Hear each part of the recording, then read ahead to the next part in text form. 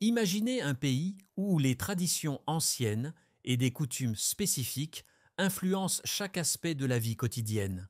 Un lieu où des marchés uniques sont réservés aux femmes divorcées en quête de nouveaux partenaires, où les jeunes filles sont incitées à prendre du poids pour plaire à leur futur époux, et où une communauté intrigante accueille exclusivement des personnes nées aveugles. Ce pays fascinant, riche en contrastes, n'est autre que la Mauritanie. Dans cette découverte, nous explorerons la vie quotidienne de ce pays hors du commun, en dévoilant des faits surprenants qui ne manqueront pas de vous captiver. Préparez-vous à découvrir des réalités insoupçonnées et à vous émerveiller devant ce mélange unique de tradition et de modernité. Avant de commencer la vidéo, pensez à laisser un like et à vous abonner à la chaîne. Cela me motive à continuer de créer du contenu enrichissant pour vous. La Mauritanie, un territoire vaste et désertique. Située en Afrique de l'Ouest, la Mauritanie s'étend sur environ 1 300 000 km², ce qui en fait le 29e plus grand pays du monde. Son paysage est dominé par des zones désertiques et semi-désertiques qui représentent plus de 90% de sa superficie, incluant une grande partie du Sahara. Malgré cette immensité, la population est principalement concentrée dans les régions du sud, où les conditions climatiques sont un peu moins extrêmes. Cette disparité reflète les défis environnementaux majeurs auxquels le pays est confronté. L'agriculture, quasiment impossible en raison de la sécheresse des sols, laisse place à l'élevage comme principale source de subsistance. Les repas traditionnels se composent souvent de viande, de dattes et d'arachides, tandis que le bétail fournit lait, laine et autres ressources essentielles. Par ailleurs, le littoral atlantique joue un rôle crucial, faisant de la pêche une activité économique clé. Malgré ces ressources, les conditions de vie restent difficiles, avec une espérance de vie moyenne d'environ 46 ans, en grande partie due au manque de ressources et à un climat hostile. Les marchés pour femmes divorcées, une tradition singulière, l'un des aspects les plus intrigants de la culture mauritanienne est l'existence de marchés destinés aux femmes divorcées. Ces lieux ne sont pas de simples espaces commerciaux, mais aussi des événements sociaux, où ces femmes, après une séparation, cherchent à reconstruire leur vie et souvent à rencontrer un nouveau partenaire. Dans une société où le divorce est socialement accepté et relativement courant, ces marchés symbolisent une seconde chance. Outre leur rôle matrimonial, ces marchés permettent aux femmes de vendre divers produits comme des vêtements, des épices et de l'artisanat, leur offrant une source de revenus et une opportunité de regagner autonomie et indépendance. Ces espaces deviennent des plateformes d'autonomisation, où les femmes peuvent s'affirmer tout en réintégrant la société. Fait surprenant, les hommes célibataires préfèrent souvent épouser des femmes divorcées, considérées comme plus matures et expérimentées. Cette préférence met en lumière l'interaction entre normes sociales et réalités économiques. Défis liés à l'eau potable. Sur le plan sanitaire, l'accès à l'eau potable demeure un problème majeur. L'eau du robinet en Mauritanie est souvent contaminée, rendant sa consommation risquée. Pourtant, dans un pays où l'eau est une ressource rare, même cette eau de faible qualité est perçue comme précieuse.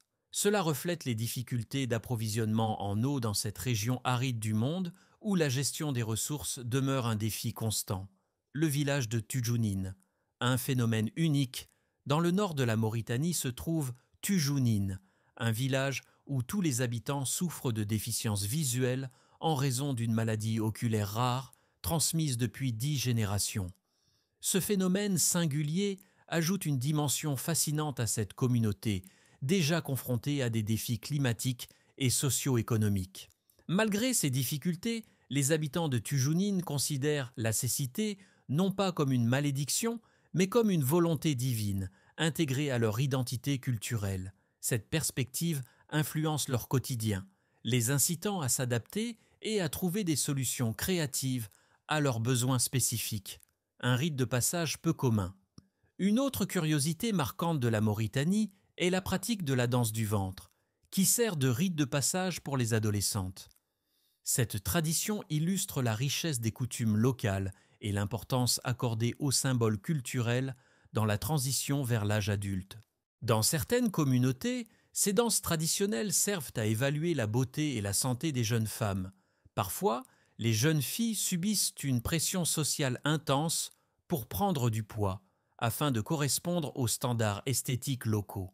Cette pratique, bien ancrée dans la culture locale, soulève des questions sur les normes de beauté et la santé féminine, tout en mettant en lumière un contraste frappant avec les standards occidentaux. Contrairement au Maroc voisin, qui attire de nombreux touristes, la Mauritanie reste peu visitée et souvent perçue comme peu sûre par les agences de voyage. Pourtant, les visiteurs découvrent une population majoritairement jeune. Environ 40% des habitants ont moins de 20 ans. La culture arabe, omniprésente, influence les habitudes locales, comme manger avec la main droite et porter des vêtements modestes. Les femmes, par exemple, couvrent généralement leurs bras et leurs jambes. Les touristes, ismos, sont invités à respecter ces traditions, évitant les tenues provocantes. Nouakchott, la capitale portuaire, est située sur l'océan Atlantique, à l'ouest du pays. Ville la plus peuplée de Mauritanie, elle est animée grâce à l'industrie de la pêche. Bien que moderne vue d'en haut, Nouakchott était autrefois un simple village de pêcheurs. En 1958, elle fut choisie comme capitale, peu avant l'indépendance de la Mauritanie, en 1960. Depuis, la ville a connu une croissance rapide, entraînant des défis majeurs liés aux infrastructures et aux services publics. Aujourd'hui, elle compte environ 1 million d'habitants. En dehors de la capitale, les routes goudronnées sont rares et les charrettes tirées par des ânes remplacent souvent les véhicules motorisés. La Mauritanie fait face à des difficultés socio-économiques importantes. Une grande partie de la population vit dans une pauvreté extrême. L'économie repose principalement sur l'exportation de ressources naturelles comme le fer et le cuivre. Mais les bénéfices de ces industries profitent peu à la population. Le manque d'infrastructures, l'accès limité à l'éducation et aux soins de santé, ainsi que les pénuries d'eau potable, aggravent la situation, particulièrement en zone rurale. Les sécheresses fréquentes rendent ça les opportunités économiques encore plus rares. Le gouvernement, de type républicain, doit relever des défis liés à la corruption et à la transparence.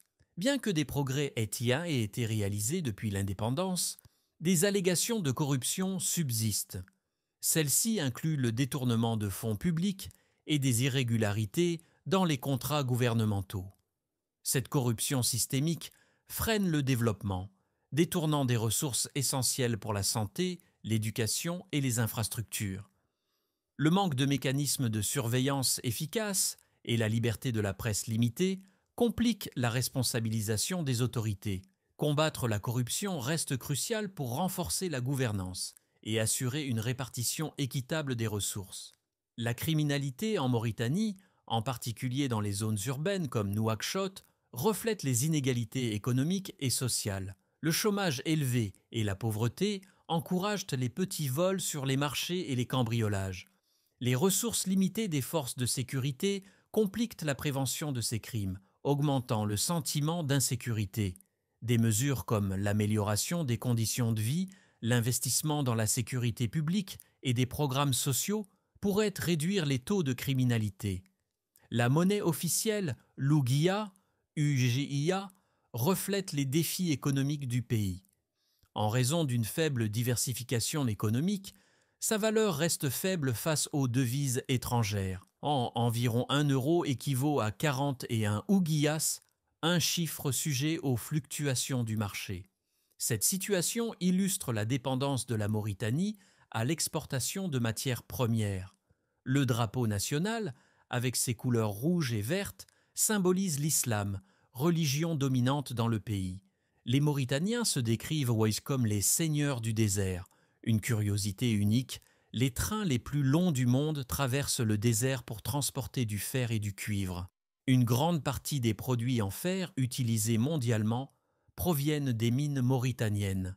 De plus, d'importantes réserves de gaz, 10 000 milliards de mètres cubes, ont été récemment découvertes, avec une exploitation prévue dès 2025. Après cette exploration de la Mauritanie, partagez votre ressenti. Quelle partie vous a le plus marqué ? Laissez vos commentaires pour continuer la discussion. Si ce contenu vous a plu, cliquez sur « J'aime » pour nous soutenir Et n'oubliez pas de vous abonner en activant la cloche pour ne manquer aucune mise à jour. Merci de nous avoir suivis jusqu'au bout. Prenez soin de vous et à bientôt pour une nouvelle vidéo.